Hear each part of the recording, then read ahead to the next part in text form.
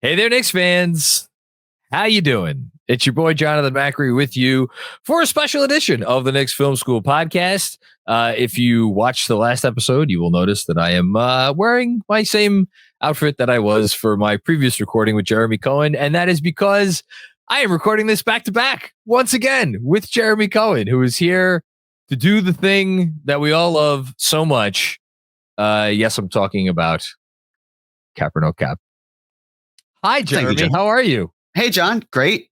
Just recorded a fantastic podcast, in my opinion, and back at it again, doing 2-a-days. So today's the day. We are practicing a lot more than the Knicks. That is the one saving grace that we can say. We put in the work on the off days. There you go. That we do. So figured, even though if you're listening to this, probably January 6th. Congratulations, Jonathan Isaac. Your trade restriction has been lifted, as we've talked about before. Wanted to get this done earlier, not because necessarily expecting a trade to be done between now and January 15th, when Precious Achiuwa's contract becomes eligible to be dealt, but really just also because of the way the scheduling works the following week. Easier just talk about it now and keep going from there. So we talked about Mitchell Robinson a lot in the last podcast. Again, that was purely because he was the only player with a large salary that could make sense to be moved and is eligible to be moved. But then we can also talk about the rest of the team kind of working our way down. John, anything before I start? I'm excited because as I just reading as I always do, reading the tea leaves, recent report from Ian Begley, I think I've maybe backed off a little bit. My initial suspicion that they were going to wind up trading Mitch. Obviously, we could talk about more of that in the weeks to come. But I'm curious what you got for us today. Looking at potential maybe non-Mitch trades. Absolutely. Well, might as well get started. So here we are. If you look once again. Just the January 15th edition. Same old here. But just want to review the primary objectives for the Knicks once again. You want to improve the defense without disrupting the offense. Determine how to prioritize said defense. Balancing everything with the CBA, both in short term and the long term. And then navigating the trade market with admittedly limited assets after the Karl-Anthony Towns and Mikal Bridges acquisitions. And then again, trade rules for the Knicks this season. They cannot exceed the second apron at any point. They cannot take back more money than they send out in a trade. They cannot use a traded player exception from a previous year. And they cannot use the tax mid-level exception or the biannual exception to trade for a player. Now, I just want to look at the Knicks in comparison with Cleveland and Boston, because when it comes to the East, anything can happen. But these two teams are the teams that are ahead of the Knicks, that the Knicks at least shouldn't necessarily focus all of their energy on, but consider the case. So these two teams happen to be these three teams, I should say, happen to be the three best offenses in the NBA per cleaning the glass points per possession. They are also the three best teams in effective field goal percentage. They are three of the four best teams with turnover percentage. Where they differ, the Cavaliers have thrived this season. They're 30-4, but they're 27th in offensive rebounding percentage. It's not something that Jarrett Allen is great at. It's certainly not something that Evan Mobley is great at. And they've got more guards and wings, so they're not going to move Allen or Mobley anytime soon. That's something that should probably stay around where they're at. The Celtics, they're 17th in offensive rebounding percentage. That's probably, they're fine with it. But of course, the more threes they take, it's probably harder to get a lot of those rebounds. It's their game plan. They can live with it. That's their philosophy in a lot of ways, I would gather. And then there's the Knicks. The Knicks, they're 14th in offensive rebound percentage. Of course, they've got Mitchell Robinson, who could potentially come back and play minutes for them. That would help. Free throw rate is another thing where the Cavs just don't get to the line a whole lot. They're 25th in the NBA. Celtics, same thing. They're 22nd. And the Knicks have done a much better job of getting to the rim. They're now at 14th. There's a far cry from where they were at before. So those are the areas where the Knicks are better than those two teams by a good margin. And the three other areas with points per possession, effective field goal percentage, turnover possession, they're neck and neck across the board. And then I want to look at the defense. So the Knicks of those three teams have the worst defense. They have the 14th best defense in the NBA. The Cavs boast the 9th best, and the Celtics are the 7th best. Effective field goal percentage. Cavs are 6th in the league. Celtics are 5th. Knicks are 14th. Turnover percentage. The Cavs, once again, excelling 6th in the NBA. Celtics are 24th, and the Knicks are 19th. On the defensive rebounding percentage, Cavs, similar story on the defensive side, 23rd. Celtics are 8th, and the Knicks are 7th. So the Knicks have been doing a really nice job of defending that, especially Cat. And then finally, free throw rate. Defending players from getting to the line. Cavs are 16th. Celtics are 2nd. The Knicks are 6th. This makes sense when you consider that the Knicks try to take away the paint and are comfortable with perimeter shots.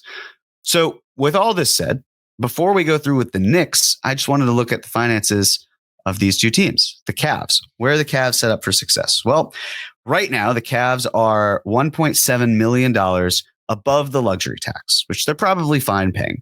They've got $4.1 million of first apron space and $14.9 million of second apron space. The Cavs are not hard capped by any means. So they have flexibility to do that if they want to make a trade. Of course, the question then goes to, well, are there any planning, or what planning are they doing for 2025-26? As things stand right now, they would be $4.5 million above the luxury tax. They would be just above the first apron, $650,000. And they'd have $11.2 million in second apron space. Now, the thing is, with the Cavs, they've got Karis LeVert, who's having a great year for them. He is going to hit unrestricted free agency. And then they've got Ty Jerome and Sam Merrill, who have had really nice seasons, who also would need to be paid. The question here, of course, is because the Cavs, they're rolling. They're doing a fantastic job this year. Is there someone that they can bring in who's a legitimate rotation piece that can see minutes, that can help them on the rebounding side while also staying around here with the financials involved? My guess is maybe they pick up someone with low money where they basically take their depth in Jerome or Merrill and try to get a player that really benefits them. But Mobley and Allen are going to be playing significant minutes. So it's very possible that any player that they get, they've gotten this far. Do they really want to change up the formula? So they're at a spot where they can make a move, but do they want to do that? I don't know. It would seem antithetical to me for them to fix what's not broken. But yeah, who knows? Agreed. Then we go to the Celtics. The Celtics are a whopping $25.8 million above the luxury tax. They are $18.4 million above the first apron, and they are $7.6 million above the second apron.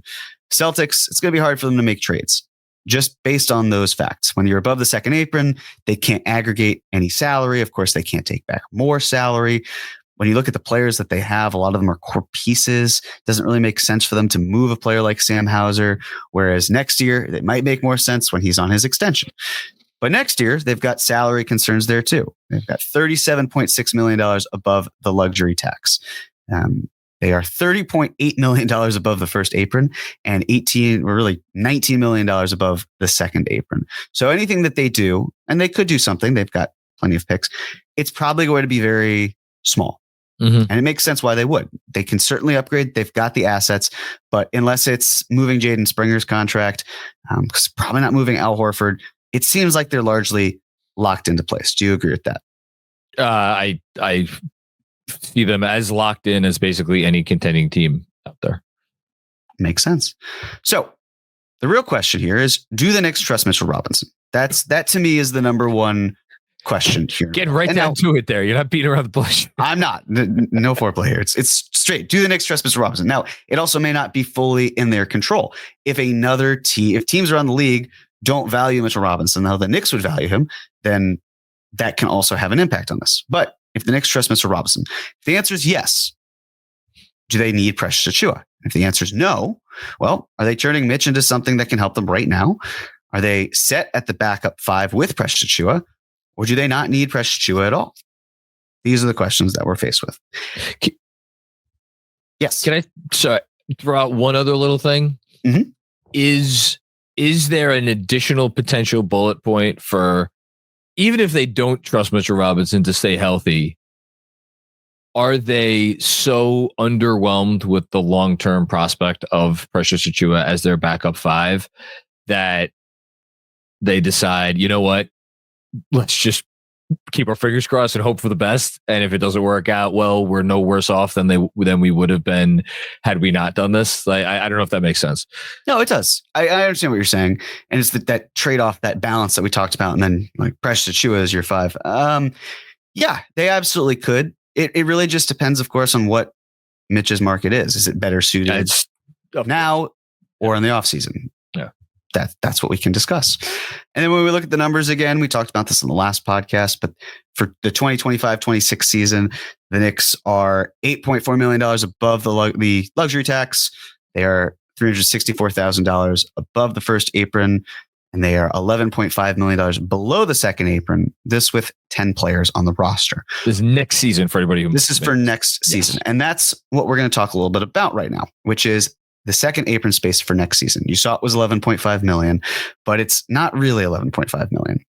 And my hunch again is that the Knicks are going to try to be below the second apron next year. It's a good way to facilitate any moves that they would want to make, likely impacted by that second apron line, especially as they try to get other players in the door so they can add more depth, which we've talked about. So saw second apron, $11.5 million. Well, again, the Knicks roster has 10 active players that are signed for that season. 10. They will, yes, correct. This is all just 2025-26. They will have 10 players under contract.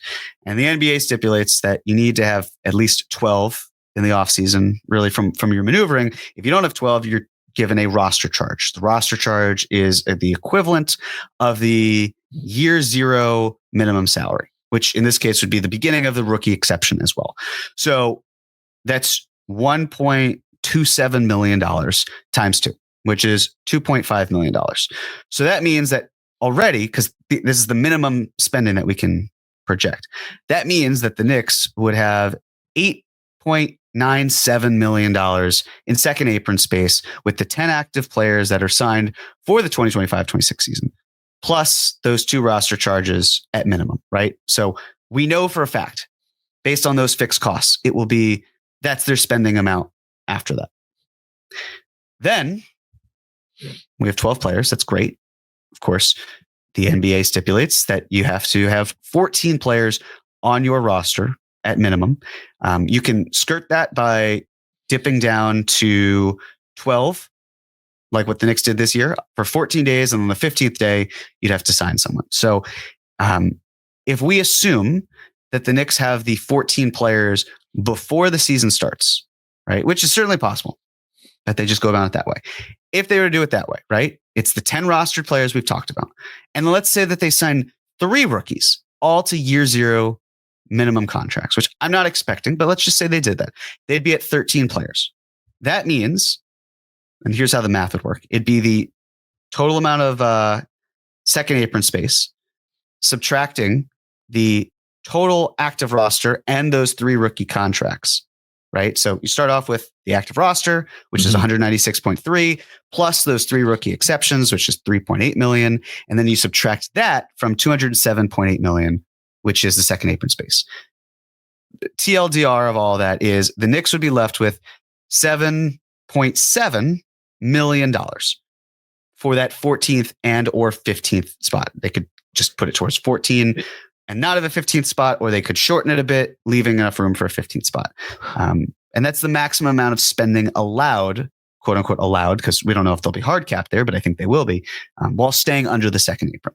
And just to bring it back to the top for anybody listening who is like, well, is it really that important that they stay under the second apron?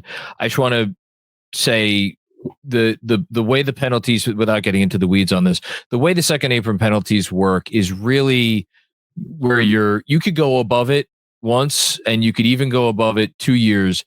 If you go above it more than 2 years out of a 4-year stretch, that's where you get screwed. That's where your pick, a distant pick, automatically moves to the end of the first round beyond being frozen for a period of time. So if they went over the second apron next season, and then they went over it. Then they would they would only be allowed to go over it one more year during this run of the team. And I think you would second this, which is like, I don't think that that's realistic. It is more financial than the pick issue. I got some clarity on that, where it's really just about spending and then the pick being frozen, which is a big issue. Pick gets frozen 30th, no matter what your record is, 7 some odd years down the line. But it's really, do you want the Knicks to potentially use the taxpayer mid-level exception to add depth next year? Great. That means they're hard capped to the second apron.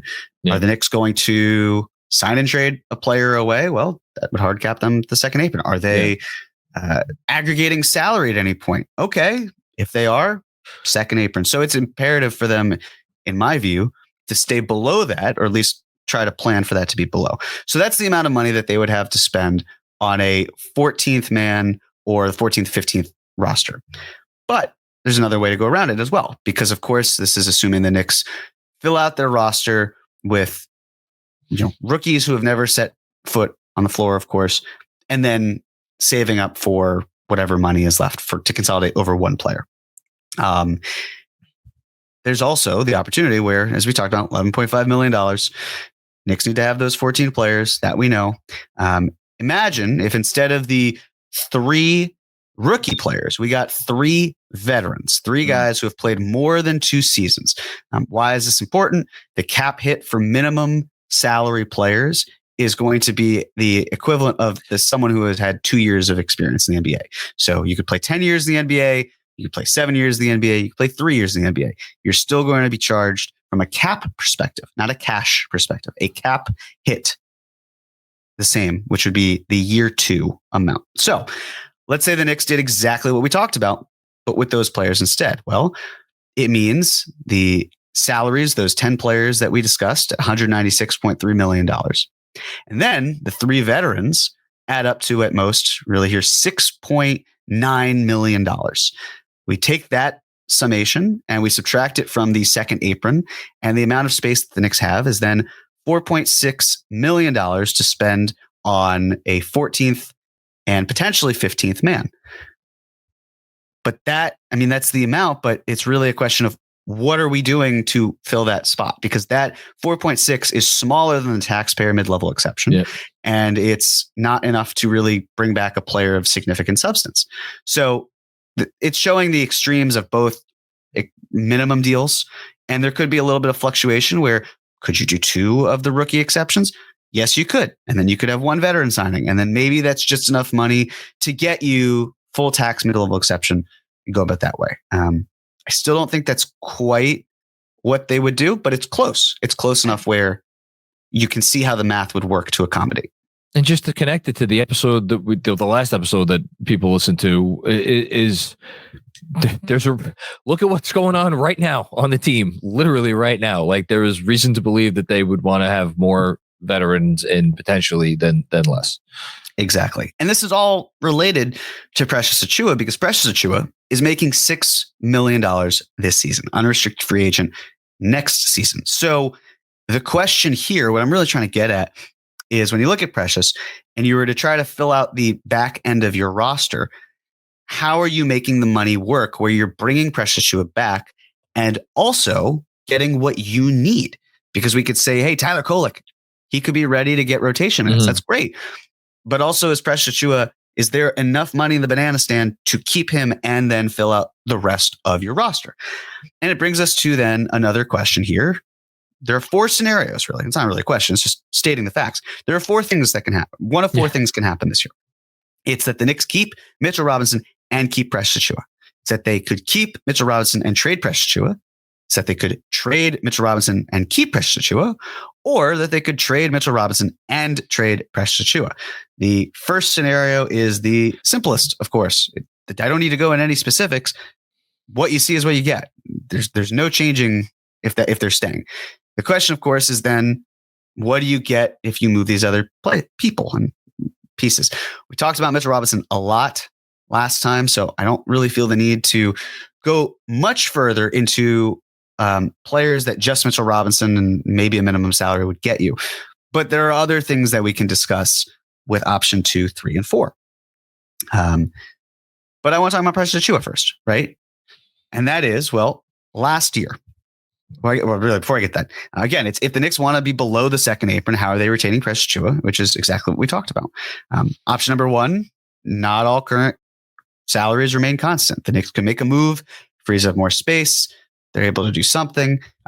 Option two, it's that the Knicks and Achiuwa agree to a deal starting at or below that $7.7 million figure we talked about.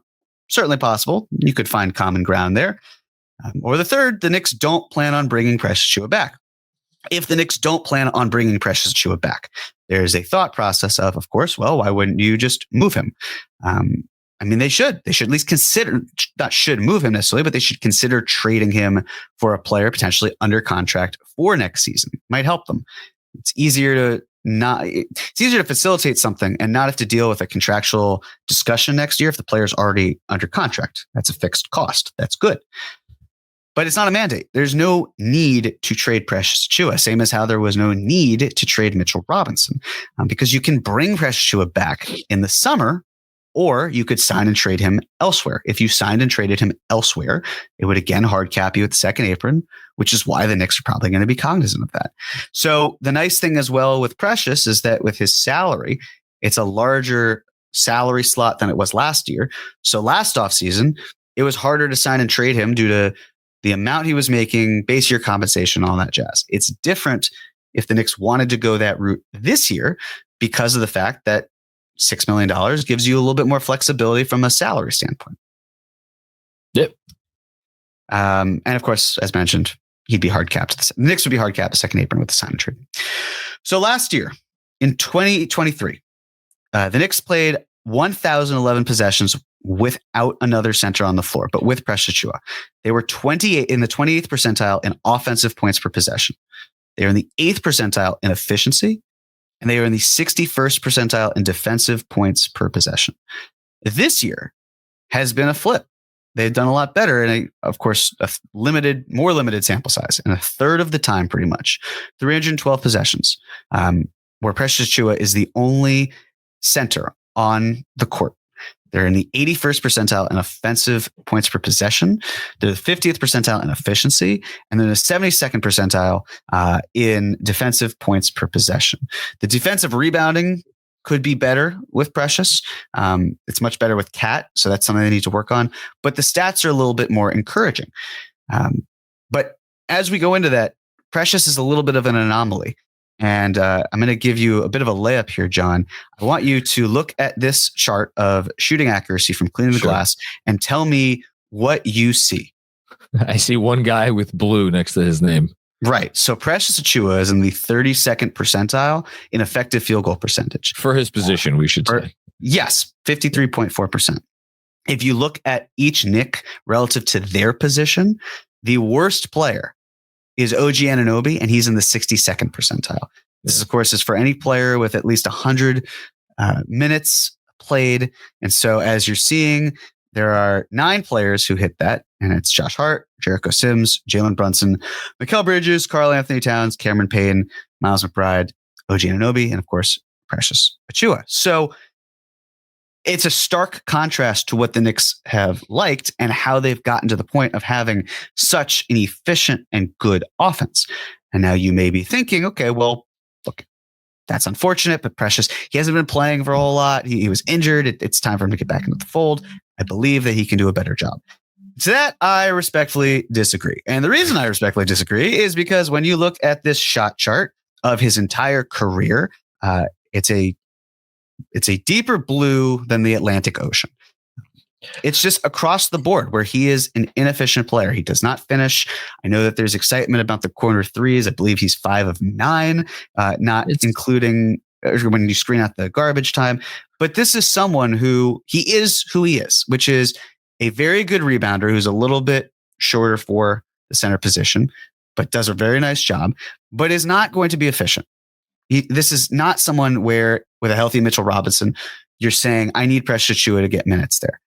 I need them to play together. Or, you try to find a way maybe, but it's not probably going to work out in your favor because of this. And any thought process as well, it's, if you cycle Josh Hart out, so you had him playing off the bench and kept him fresher, and then you had Precious starting at the 4 because you like the fit with Cat. it's really theoretical. Like when you look at the actual numbers here, it just kind of puts that thought at rest. It's not efficient. It doesn't help them at all, really. I think the thing that, and I listen, I'll be the first person to say I was getting high off the supply of last year Precious when they really needed him to step up and they needed him to play a big role. I thought he stepped into that role really, really, really well when given the opportunity. So far this year, I find myself saying the thing about Achiuwa that a lot of people who have watched him over the course of his career have said it uniformly, which is that the idea of Precious Achiuwa is a lot better than the actual player of Precious Achiuwa.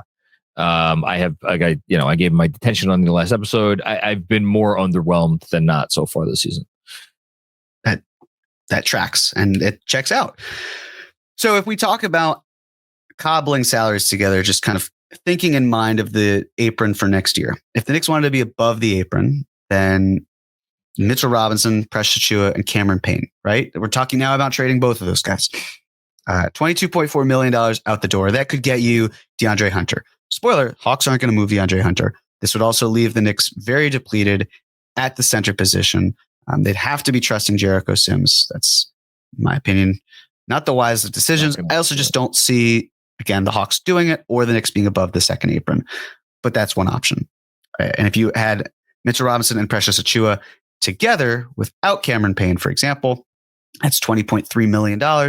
That just barely gets you Marcus Smart, gets you Norman Powell, gets you Harrison Barnes. Again, I don't think any of these players are wise targets. They don't mesh with the second apron process that we've talked about before, and it leaves the Knicks severely depleted at the center position. And you're not even talking about what additional assets, to the extent that the Knicks have additional assets, we need to go out, which is a whole separate conversation we're not even getting into right now. Just salary. Yes, absolutely. So if we look below the second apron, if we're accumulating salaries together, if you decided to put Mitchell Robinson, Precious Achiuwa, and Jericho Sims together, send three centers out, that'd have to probably be a 3-team deal. That's $22.4 million. Clint Capella makes 22.3. So that would work. This is, of course, staying below the second apron.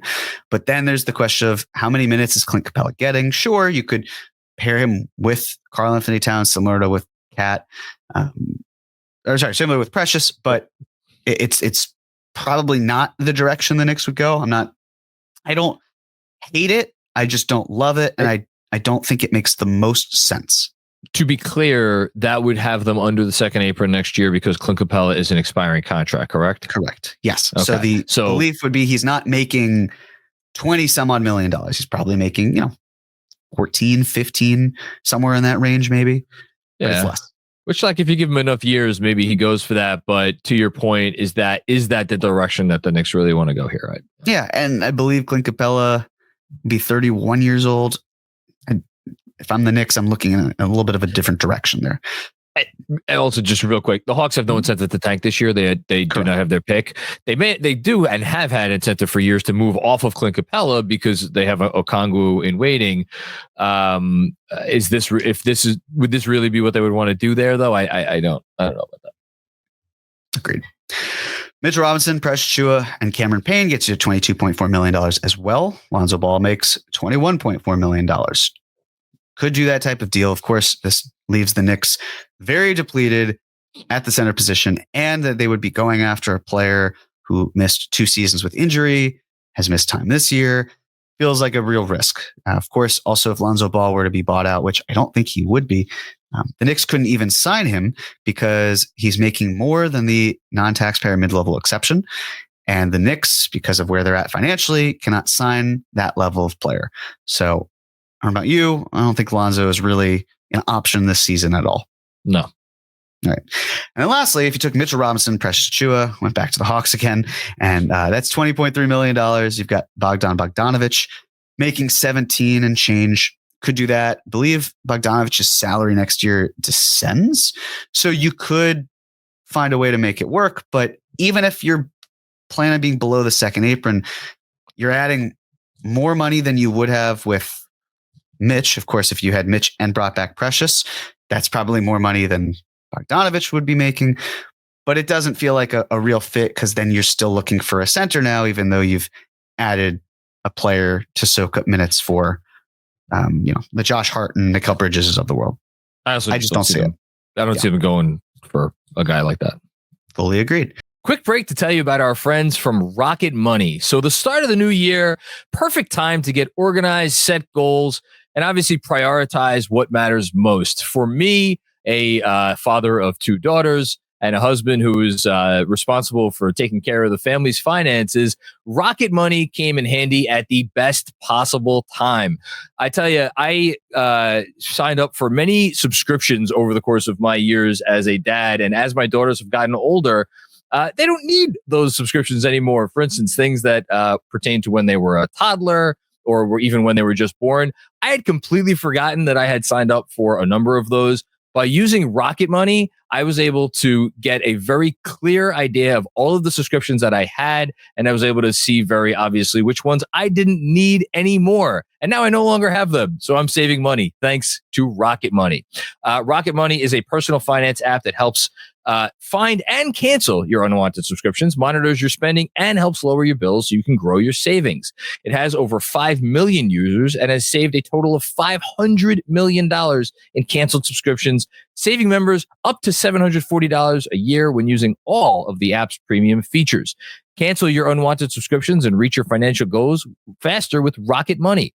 Go to rocketmoney.com/game-on today. That's rocketmoney.com/game-on. rocketmoney.com/game-on.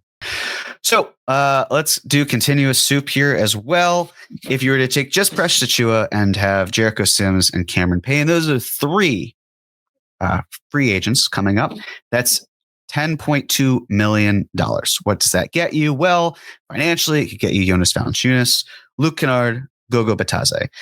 The Valanciunas love, I understand the connections. I get it there. He's actually, advanced metrics have liked him this year.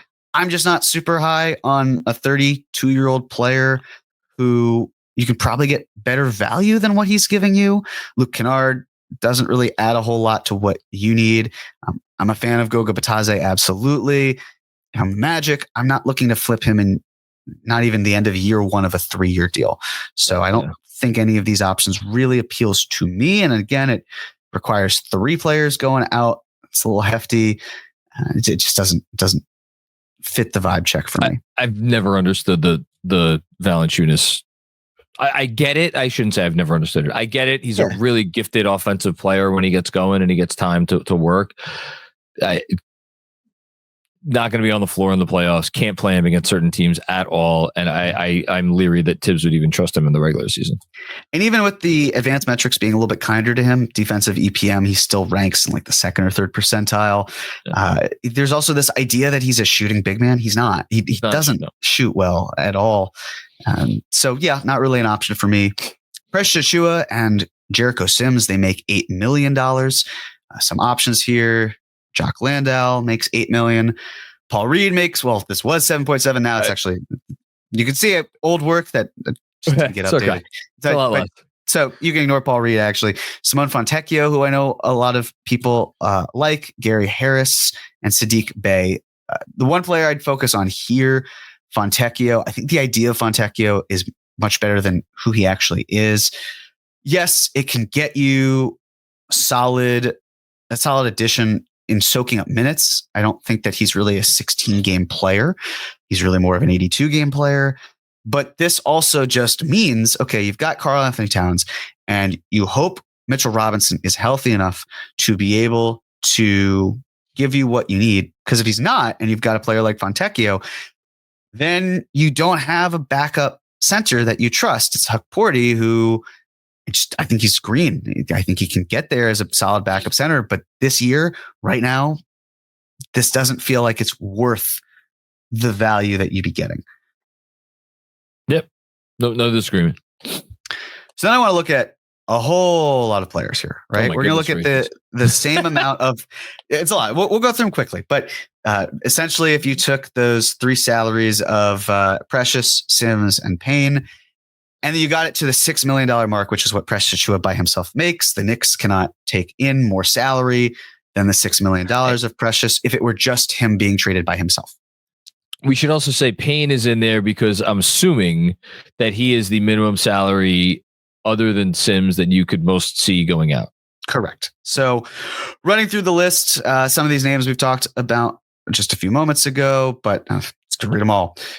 In descending order of salary: Mike Conley, Jonas Valanciunas, Derek Jones, Al Horford, Pat Connaughton, Royce O'Neal, TJ McConnell, Luke Kennard, Gary Payton II, Trey Jones, Goga Bitadze, Zeke Naji, Kyle Anderson, Buddy Hield. I'll pause there. Any names jump out to you, John? In terms of likely that they like a feasible move and that the Knicks would actually be looking towards? Mm-hmm.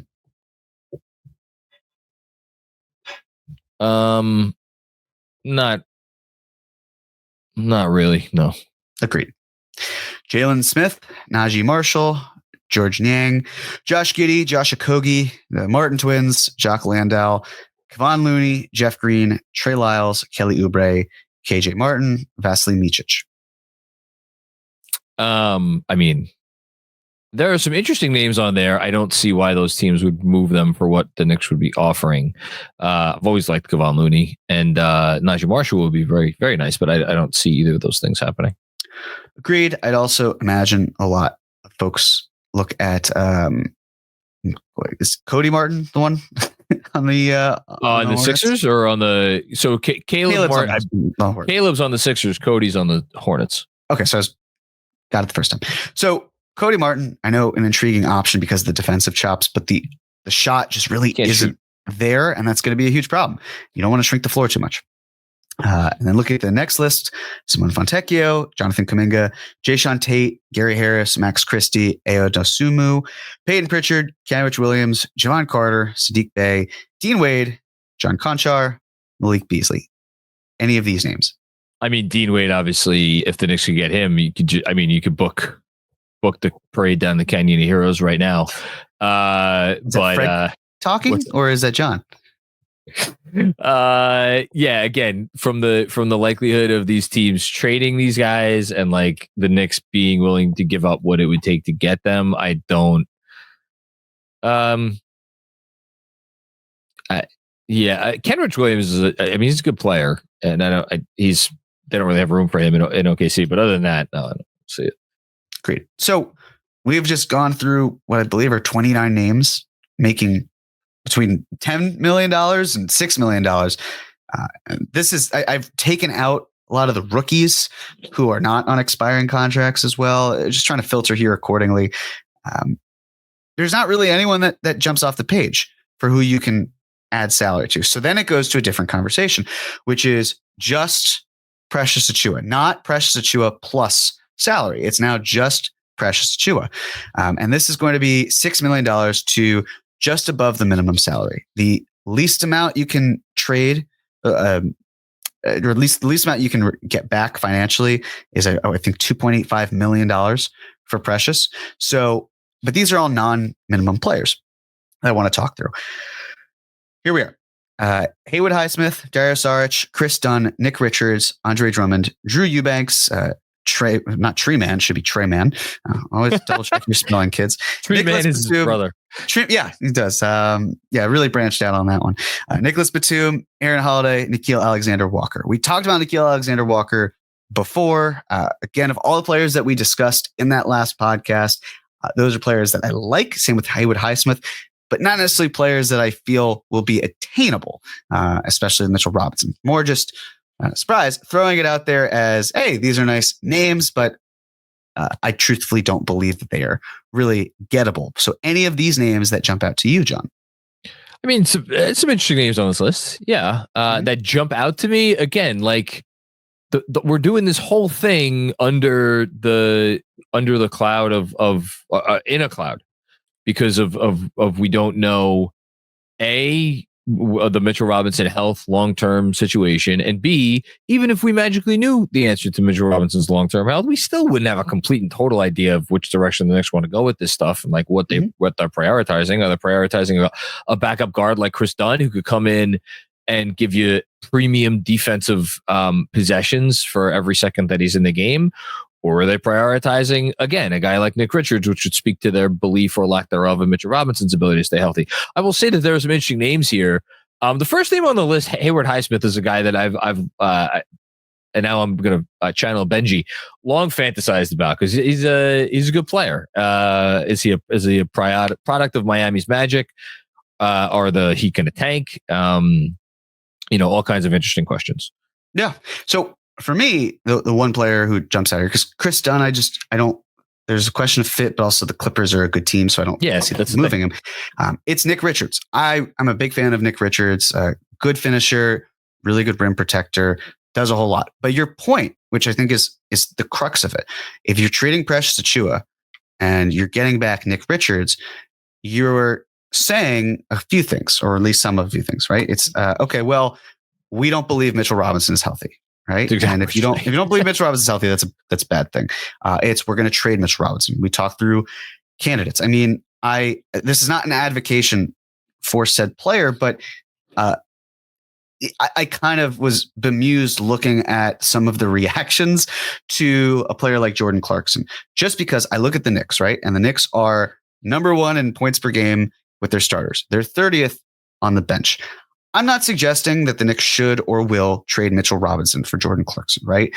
I can understand the logic of you get Mitch, you get him for a bench piece that can run the floor a little bit more, and then you assist it by using Precious to get you Nick Richards. I don't hate it. I don't necessarily want it because I don't think Jordan Clarkson's truly the way to go, but I can understand the logic of how you kind of replace players and get where you want. But at the end of the day, it's just a lot of moving pieces. And then there's the cost of dealing with Danny Ainge. What does it take to get a player like Clarkson? What are the Hornets looking for? And it's just like, is this the season where you use up a lot of the last bits of your assets? I don't think it is. I don't. And so I really do like Nick Richards, but a lot has to fall into place for that to be the case. Yep. Next, Quentin Grimes, Bones Highland, Cam Thomas, Jaden Springer, Dwight Powell, Day'Ron Sharpe, Santi Aldama, Amir Coffey, Jalen Hood, Shafino, Kevin Love. Any names here? I mean, there's 2. One is Day'Ron Sharpe for obvious reasons. He's maybe the best pound for pound, minute for minute offensive rebounder in the sport. But he plays for the Brooklyn Nets, and I don't know what that means at this point. And the other name, and look, everybody could clown me for this one. I'm always in favor of bringing in a veteran who has been there before and still has shown the ability to at least play at this level, and that's Kevin Love, who I think would be a fascinating fit on this team. And of course, the only thing maybe less likely than a trade with the Nuts at this point would be a trade with the Pat Riley and the Heat. So I don't know what you're doing there. Yeah, the one thing I'm thinking of is Kevin Love, especially if the Heat tank, and people have probably seen this online, but the Heat, they owe a pick to the Thunder. It's lottery protected this year. Next year, it's unprotected. So there's logic, especially with the whole Jimmy Butler situation, where they are comfortable taking a step back this year, but not so much that it means they can't take a step forward next year. So is it moving Jimmy Butler for a little bit expiring salary, a little bit of talent that can sort of wind down for the rest of the year, not really add up on wins so they can increase their lottery odds a bit. And if that's the case, if they're a losing team and they don't trade Kevin Love, does Kevin Love stick around or does he become a buyout candidate? If he becomes a buyout candidate, is a team like the Knicks interested in getting him because it's depth and he's a good locker room guy? Perhaps, but it's not. I wouldn't put Kevin Love trading for him at the front of the list, especially if it involves dealing Precious Achiuwa. That to me feels like you're hurting yourself there. So I would be more than open to it, or at least more than open to considering it come buyout time, but using Precious Achiuwa's salary to get Kevin Love, that is a bridge too far for me. Okay. The only thing I'll say about Miami, there is a world where they can, depending on what they do with Butler and like how hard they tank, quote unquote, for the rest of the year, they could get to as low as 8th, or as high, I should say, as 8th in the lottery odds. That's feasible just because of the way the East is versus the West. Yeah, that's it. And with these new lottery odds, anything goes. Yeah. Other options: Cody Zeller, Svi Mikhailuk, Jake LaRavia, Dante Exum, Johnny Juzang, Christian Wood, Josh Richardson, Julian Champagny, Kyle Filipowski, Kevin Porter Jr. No. Any thoughts? I'm unmoved. I like Jake LaRavia as a whole. He was the one name I was looking at. Yeah. It's just a question there of, again, do you really want to move Precious Achiuwa? And even if you weren't moving Precious, right? Let's say, okay, you go with Jericho Sims. Well, Jericho Sims isn't enough. Okay, let's go Jericho Sims and Ariel Huckporty. Still not enough financially to match. LaRavia makes too much. Okay, let's do Jericho Sims and Landry Shamet. Can't move Landry Shamet because of when he was signed. He's not eligible to be traded this year. So then it's okay. Well, is it Jericho Sims and Cameron Payne? And the answer is sure. It could be, right? Like, would not have an issue there. But at the same time, then you're putting a lot of trust in Tyler Kolek, the Knicks have shown to not necessarily want to do. And then you could say, well, they could do that and get a guard on the buyout market. But as we talked about before, buyout markets really don't yield consistent rotation pieces. If they were that good, they probably wouldn't be bought out or they'd be traded for something. So it's a little dicey and the pieces are moving. It's tough to do. So I don't foresee him being an option. But these are 30 names, and we just talked about 29. So that's 59 total names that we've gone through with saying like, oh, well, like some of them, but not really finding a great fit here. Maybe if you squint. Right. And maybe something changes, but it's a little tough. So then we can look at the minimum deals. And these are all pretty much players who are earning their minimum salaries, but their cap hit is different than the amount of cash that they are earning. So I'll just rattle them all off. Reggie Jackson, Eric Gordon, Seth Curry, Taj Gibson, Tristan Thompson, Spencer Dinwiddie, Markieff Morris, DeAndre Jordan, James Johnson, Alec Burks, Joe Ingles, Corey Joseph, Russell Westbrook, Kyle Lowry, Mason Plumlee, Alex Len, Doug McDermott, Garrett Temple, Patty Mills, DeLon Wright, Tyus Jones, Taurean Prince. I mean, any way that I could get Taj Gibson back in my life, I would crawl to Charlotte to make that happen. But no, I don't think anything here is really. I like Mason Plumlee. I've always liked Mason Plumlee, but I don't know if he's the answer either. So these are 22 players. So now it's 22 plus 59. That's 81 players that we've just talked about. And the kind of prevailing thought of, well, what are the Knicks going to do? Well, if we look in a slightly different direction as well, if we go to Basketball Index, we look at pull-up shooting and drives per 75, right? Because if we wanted to look for someone who's maybe more of a guard, someone who's 75th percentile or both, or 7th percentile in both categories as well, who over the last 2+ seasons has played at least 450 minutes, and someone who's more of the starter key rotation or rotation piece. And then we're looking exclusively at point guards and shooting guards. Why? Well, the Knicks have really liked pull-up shooting at the guard position. So that's something that they might want to look into if they wanted to add to the guard position. The way that I see it, and you tell me if you disagree, because I don't think you do, because we've talked about it before, where I feel like, yes, the 3-4, it'd be nice to shore that up a little bit more. But protecting Jalen Brunson and the backup minutes that are there, that's something that really does concern me. That I actually view as more of a priority than the others. And I get the argument for you want someone as an OG hedge. That's totally fine. My question is, how are you getting that? Because we've walked through Mitchell Robinson's salaries. We've walked through Precious Achiuwa salaries. We've looked at some minimum guys. I don't see where you're cobbling enough salary together to get something and also not giving up a ton of assets in order to satisfy that need. So it'd be great to get that. It's not something that I think is attainable. So if it's not attainable, shift your focus to another area where the Knicks could bolster themselves, which to me is minutes from someone who might be better than Cameron Payne. Anything that I've said that you disagree with? No, I don't disagree with it. Again, like so much of it comes down to the player and like what. I don't think necessarily. Well, let me see what you have, because I don't know necessarily that I would say, okay, the guy could drive or drives a lot, and the guy can pull up. That's necessarily enough to get me to buy in as a potential, worth making a move thing. But also the market for the alternative, the types of players you were just talking about before, a backup wing who's actually going to play real minutes, versus what they're doing now, which is kind of spreading the minutes of the starters around. I just don't know where that guy is. Sure, he realistically exists. Also want to make sure everyone's at least 22, because tough to trust players that are younger if you're Tibbs, as we know. So when you look at the list, of course, it's a ton of names, right? A lot of names. Don't have to zoom in this time, John. Don't worry, because I will help you out on that case. Okay. But when you look at these names, because we're now talking about a different tier of salary, right? It doesn't make sense to talk about, the not that they're attainable, like the Cade Cunninghams or the CJ McCollums. CJ McCollum's definitely available, but like there's an upper echelon of players that earn a lot that we don't even really need to talk about. And when you pare it down to players who are earning Precious Achiuwa money and below, of those players, it's Cam Thomas, it's Chris Dunn, Aaron Holiday, Marcus Sasser, Josh Giddey, Tyus Jones. We can rule out Tyus Jones because Knicks already tried to go about that route. They didn't get him. Josh Giddey, not going to be moved by the Bulls. He was a key piece in the Caruso deal. Sasser has not been a great option this year. He's struggled a bit. I don't think he would be a player that the Knicks find they're trusting over Cameron Payne.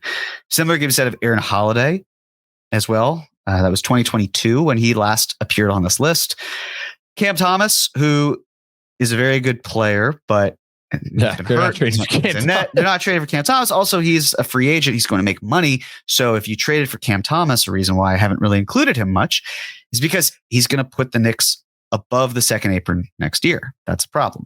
And then finally, it's Chris Dunn. And Chris Dunn, we just talked about, don't really see him as a viable option.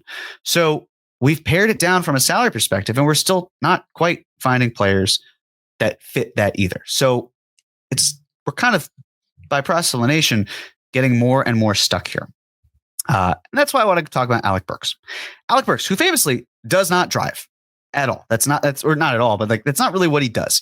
But Alec Burks this year, a phenomenal catch and shoot player, really over the course of his year, but very efficient this year. This year, he, with the Heat, plus 10 points per possession difference. That's the 87th percentile. So good things happen when he's on the floor. And his EPM is in the 71st percentile. It's positive. It's plus 0.3. Certainly his familiarity with the offense and Tom Thibodeau. He can theoretically provide stability with the second unit. He's, again, not someone who drives, but can soak up those minutes positively.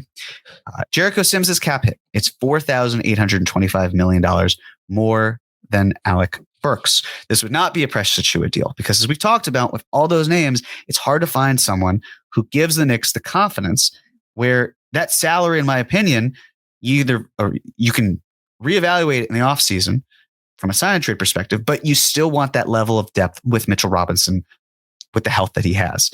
With Jericho Sims, I don't see them retaining him. I would imagine Ariel Hukporti gets the 3C role that Sims has occupied. If he's an unrestricted free agent, it doesn't really make sense to sign and trade him anywhere next year because of his salary slot and base year compensation. We just saw with Precious Achiuwa how difficult it was to sign and trade him away. It's even harder with Jericho Sims because he's making even less. So if you don't feel like you're going to bring him back, and they're probably not, it makes the most sense to trade from your position of strength and add someone that can help you balance the roster a little bit more. To me, that's someone like Alec Burks. And I'm not saying that the Knicks are going to trade Jericho Sims to Miami because that's a little tough. It would probably be a 3-team deal where Sims goes somewhere. That somewhere team provides probably a decent second round pick or a meh second round pick, whatever. And then the Knicks are sending some sort of a second round, like if the Heat can walk away with in name 3 second round picks, and not all second round picks are created equal, that's something for them. Now, of course, the main question here is, will Pat Riley actually facilitate a trade with the Knicks? And that's to be determined. But here's what I can say. Within the last, let's call it 375 days to add a little cushion there, we saw the Knicks and the Raptors. And it was, the Knicks and the Raptors aren't going to make a trade because of the lawsuit. The Knicks and the Raptors made a trade. And then I'm guilty of this. The Knicks and the Nets haven't traded since 1984. It's not going to happen. They did it. The Knicks have shown a willingness to play ball no matter what. And maybe there's a tax on it, right? Maybe they pay a little bit of a higher tax for the grudge. Pat Riley doesn't have to do anything. Pat Riley could spite trade Alec Burks to another team, and then he's simply not an option. He could do all of that. He's probably vengeful, but he's also not stupid. And this is the longest gap that the Knicks, or rather of all the 29 other teams in the league, the Knicks have gone the longest without a trade partner, being the Heat. That was 1995, of course, when Pat Riley was traded to Miami. So Am I saying this is incredibly likely? I'm not. I could very easily see the grudge standing tall and being the reason why the Knicks can't get this trade. But to me, Alec Burks, when you consider depth and finances and all of that, makes a whole lot of sense here. One, I mean, if I were to create a starting five of like my guys, I know CP, Knicks Fan TV, shout out to him. He gets the rep as the Alec Burks guy. CP, I don't know how you got hold of that corner. I don't know what I did to get kicked off that corner, but like, I love Alec Burks. I've always loved Alec Burks. I've never been shy about my love for Alec Burks. I think he's a gamer. I think he's a guy that you want on your team. And I think he proved that when he was, I mean, really, he was the best thing about Game 7 against the Pacers last year, which is fucking wild sentiment to say, but he was. No disrespect to Dante, who had himself a nice statistical game as well. But that's number one. Number two, we know Tibbs will play him. And trust them. I mean, it took Alec Burks shooting like 30% from the field for over a month for him to finally get kicked out of the rotation last year, and he still found his way back in. And number three, Alec Burks is currently having the most efficient shooting season of his career. I understand that hasn't translated into a full-time rotation role for Miami because he's kind of been in and out, but they're also like, not that they're like sneaky deep, but they have a lot of guys. They have young guys, like they have different players. There's reasons why Alec Burks has been kind of in and out of the rotation there. The only thing I'm going to ask you in return is any thought to Burks and Love coming back to the Knicks and the Knicks sending out Precious back to the team that drafted him in Miami and then sending a minimum salary to a third team because Miami can't take back more than they trade out, right? So yeah, a team with an exception or something could inherit, whatever. I guess it would be Cameron Payne in this instance. Any thought to that? Yeah, I'm not a huge fan of it because again, it's the way that I see it is if you have Mitchell Robinson, you need a center that you trust and you need a rim protector. You need offensive rebounding that can help you a lot. And I just don't think Kevin Love's going to be that guy. Now, Mitchell Robinson coming back, if he's healthy, it doesn't matter, but it has to matter because Mitchell Robinson has shown he cannot stay consistently healthy. So it just leaves the lack of depth that you've created at one position. It's kind of just like, it's the scale tilting from one side all the way to the other. That's my biggest concern. It is. It would really represent it would be a radical shift for defensively with Love at the backup five. I would be fascinated to know what Tibbs would like, what kind of defense he would run there. I don't think any of us know the answer. I will just say in regards to Kevin Love, he is one of the, when he was in his prime, he was one of the great offensive rebounders probably that we've seen. Fallen off a little bit there, but like still 3.3 offensive rebounds per 36 minutes. So he could still get up. But like, yeah, I hear you. Yeah. So really, just kind of go back to this before I do that. We talked about what the Knicks typically like before, right? It's the spot at 3-point shot making, quality, effective field goal percentage, and efficiency, high offensive floor, high defensive ceiling for role players, and players whose primes are not behind them because the oldest rotation player right now is Cameron Payne at 30 years old. 3 of the 4 things that we've talked about are satisfied with Alec Burks. The spot up shooting, he hasn't taken a ton this year, but we know that he's a really good shooter. Yeah. We know, as you point out, he's efficient. His defense has really been good this year too. And defense has not been a huge sore spot. And the offensive floor has been solid. It's just that he's older. He's an older player. He's 33, I believe. But the other thing is you don't expect him to come back next year. Whereas it's one other thing where even if he didn't want to be in New York this season, he now doesn't have a choice if that's the case.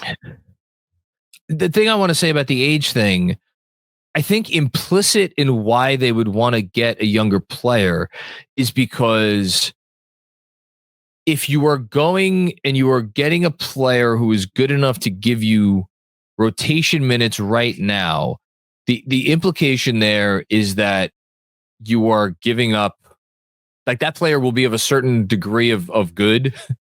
This is where my phrasing is at this point, 2 hours into podcasting here. that you will have to give up significant assets to get them. Burks is like, because just he's a unique kind of animal. You probably don't need to give up a whole lot to get him, and yet Tibbs is going to trust him, and he's going to probably get rotation minutes here. So that may lessen the need to have it be a young enough player such that he's going to be around for a few years. So I think there's an asterisk that we could put on that one box that he does not check. Agreed. And we saw what Precious Achiuwa's shot diet looked like with all that blue. I don't have it here, but Alec Burks, it's almost all orange except for the sample size of last season, which was in blue. When he was at the Knicks, when he was with Detroit, it was orange. Yeah, correct. So there is, of course, the fear of, well, what happens if he regresses back to what we saw before? But I have no choice but to lean on what the past has told us about who he is as a player. Again, I don't know if he's attainable, but if he is, with all the options we're seeing and the cost of the salary, it's tough to do. So in conclusion, mid-season trade market, it's tough. It's really difficult. A lot of these deals now that we're seeing with teams are more likely about resetting in the offseason. But of course, it's hard to compete for a championship this year when your eyes are tuned to what happens in this summer. 23 teams in the NBA are within 2 games of the play-in tournament or have a playoff stop. That leaves 7. Yeah. So that's 7 sellers. And you may not like what the 7 sellers have to offer you. But that's essentially where the league is at, where having a play-in tournament, and then, of course, having the aprons, where teams maybe were setting up their teams, or the front office were setting up their teams, not thinking this is going to be a huge factor a few years ago. And then this comes around and it changes their thought process.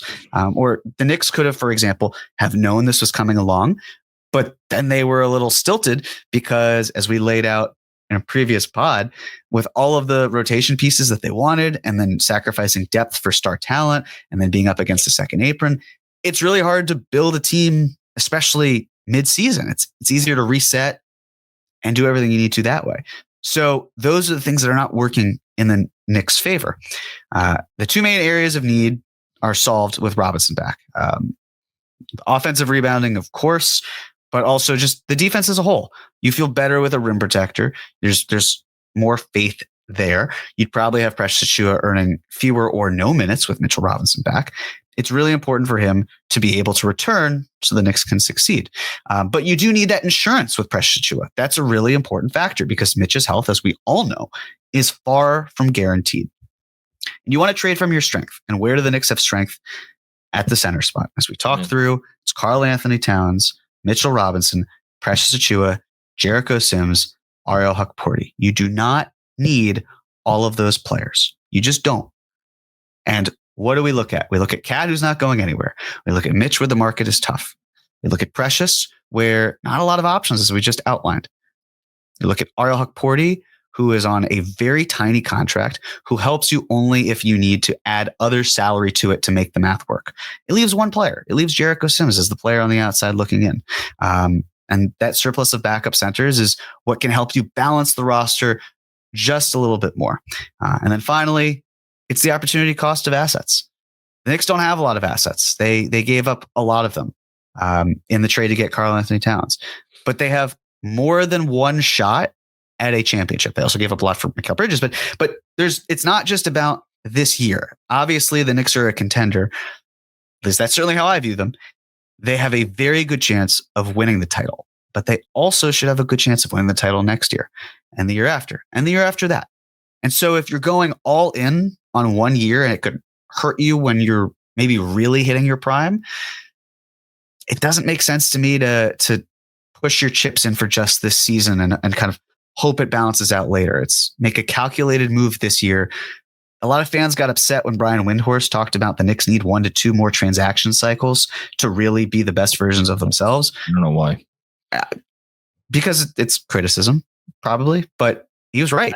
I mean, it's not criticism; it's reality. Right, but to fans who took it as frustrating. Yeah, no, I know. It could feel like criticism, but it is reality. Absolutely. Especially for all the reasons we've talked through. So if the Knicks can find a way to just kind of elongate their rotation, get someone that they can trust, get someone who can also play playoff minutes, right? I would trust Alec Burks in the playoffs. We saw him step up when the Knicks really needed him in that Pacers series. So being able to get someone there, because Cameron Payne, for example, last season, playoffs, he had one good game for the Sixers and the rest were either meh or just not very good. Being able to support someone who, they're not really a point guard. They drive a lot, but they're really more of an off-ball guard who can handle and even play minutes at the wing, play a little defensively, be someone that you can rely on. It's hard to find that. And that's exactly what Alec Burks provides you.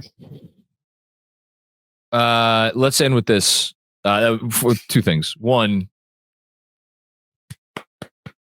I would do a more robust clap, but I'm in the fucking office and that's okay. Weird. Phenomenal stuff to end up on Alec Burks and it not be ridiculous is the most chef's kiss thing ever. Really, truly.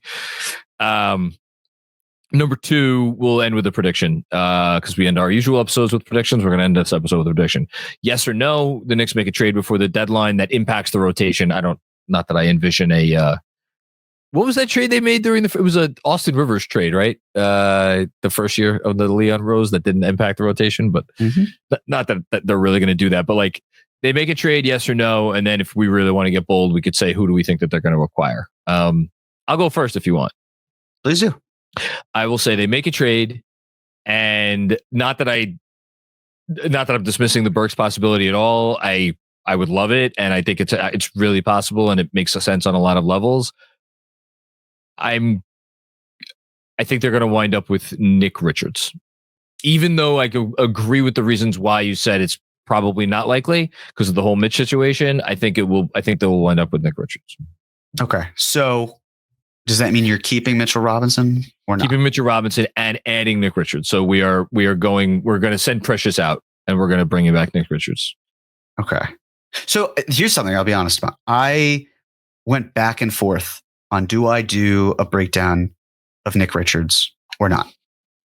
To the wire. And I ultimately opted with no. And the reason I opted with no, first off, it's we could profile him in the summer if he's still in the Hornets and that's an option. So want to spread the love for future content too. But it was just kind of the thought process of if you've got Mitchell Robinson and Nick Richards, the problem here is Mitchell Robinson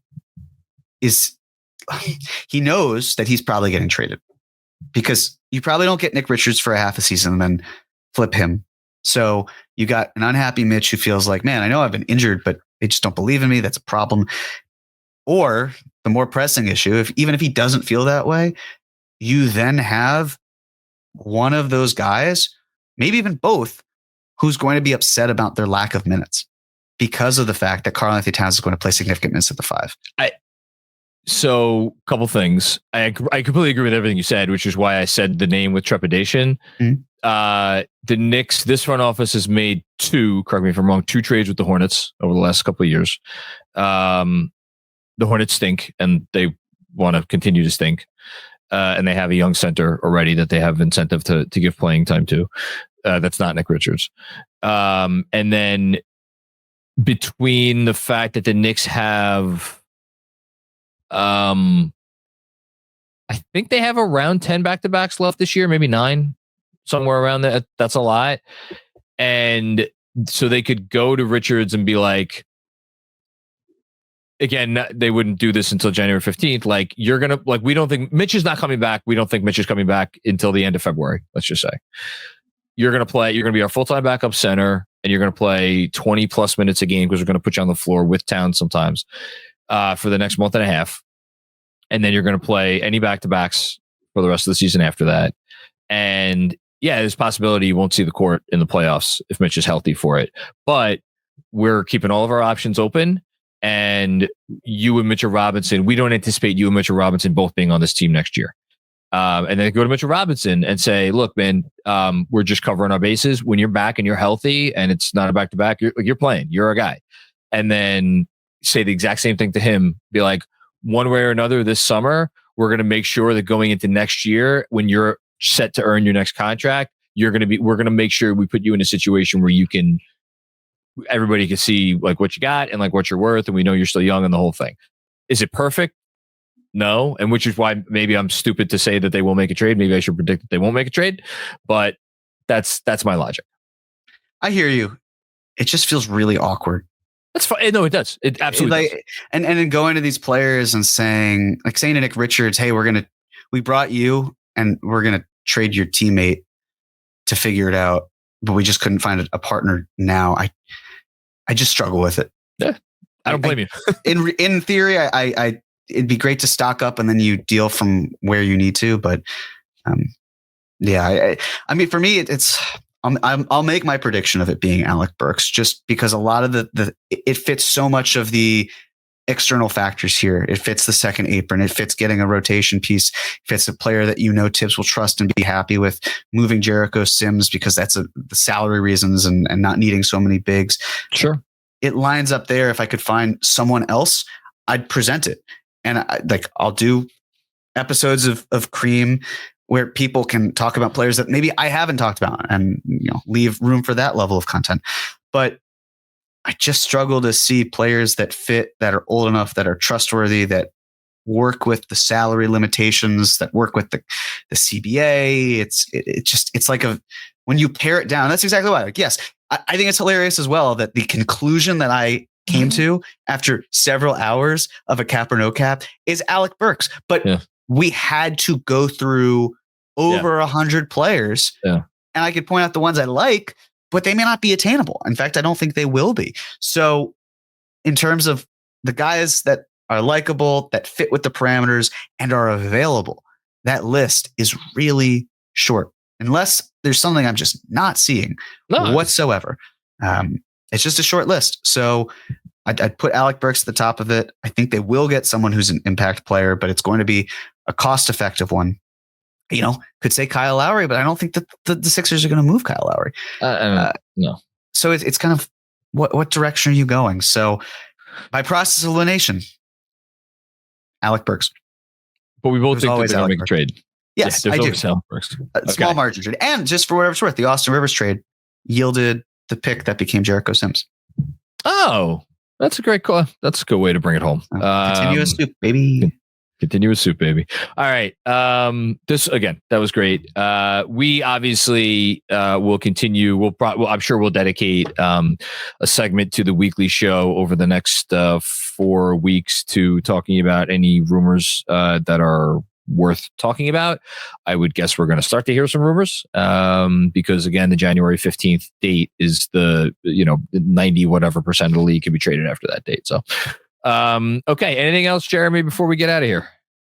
That's all for me. Thank you all for listening and focusing on my work. So appreciate it. It's very easy to do so because you are the best that there is that does this. So it's we're all very lucky, and I mean that truly, because I will say that I've gained an inordinate amount of appreciation for how you're able to piece these things together over the years. I'll just say that. Well, thank you. And your newsletters certainly help cultivate that for me as well as your text. So we make a great team, brother. Yes, we are. We're lucky for that. A couple things. John Schmeelk on the post game tonight for after Knicks Magic, because we will be going to our KFS outing at the game. Again, if you are coming with us to the game and you want to hang out beforehand and grab a drink, we're going to be at Penn 6 at 6 p.m. It's right across the street from the Garden, which is why we're going to be there to hang out. They're going to do a drink special actually for us. I think it's some kind of domestic beer special, or it'll be very cheap. And if you're going to the game and you're not coming to our suite, the KFS suite, feel free to stop by Penn 6 and say hi. We'll be there at 6:00. And then last but not least, game watch party Friday night, Knicks Thunder. We'll be back at T-Squared Social for that one, and kicks off at 6:30 because it's 7:30 start time.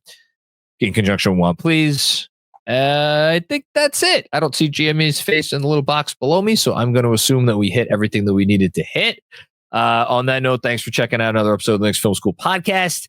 Help us out with a rating or a review or a subscription or anything you could do to show your support. We appreciate all of that, and we will be back with more fun and games before you know it. Peace out.